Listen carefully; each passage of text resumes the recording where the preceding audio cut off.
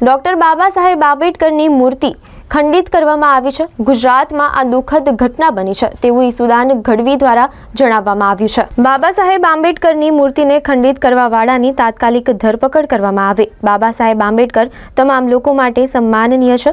બાબા સાહેબ આંબેડકરના લીધે આજે દરેક વર્ગના લોકોને બોલવાનો અધિકાર મળ્યો છે તેમ ઈસુદાન ગઢવીએ જણાવ્યું હતું। સાથે જ તેમણે કહ્યું કે બાબા સાહેબ આંબેડકરની મૂર્તિ ખંડિત કરવાવાળાની ધરપકડ કરી જુલુસ સરઘસ કાઢવામાં આવે, આરોપીઓને કડક સજા કરવામાં આવે જેથી બીજા કોઈ પણ મહાનુભાવોની મૂર્તિ સાથે ચેડા ના કરે તેમ ઈસુદાન ગઢવીએ કહ્યું। ભાજપના નેતાઓ દ્વારા વારંવાર બાબા સાહેબનું અપમાન કરવામાં આવે છે। તમે વિચાર કરો, સંસદમાં જે નેતાશ્રીએ હમણાં નિવેદન કર્યું બાબા સાહેબને લઈને, એટલે એમના પ્રત્યે જે ભાવનાઓ છે એ ભાવનાઓ બહાર આવી ગઈ।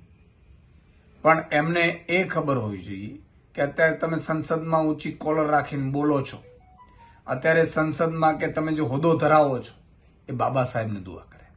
પણ દુઃખની ઘટના આજે ભાજપના રાજ ગુજરાતમાં બની છે।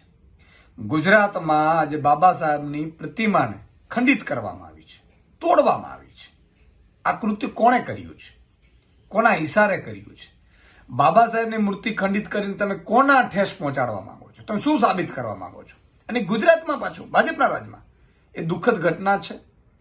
આજે બહુ જ ખેદજનક ઘટના સાથે મારે એટલું કહેવું પડે છે કે બાબા સાહેબ માત્ર દલિતોના ભગવાન નથી, આપણા સૌ માટે જે તમામ ગરીબો, વંચિતો, અમીરો, શોષિતો આ બધાને હક અને અધિકારો આપનારા બાબા સાહેબ છે।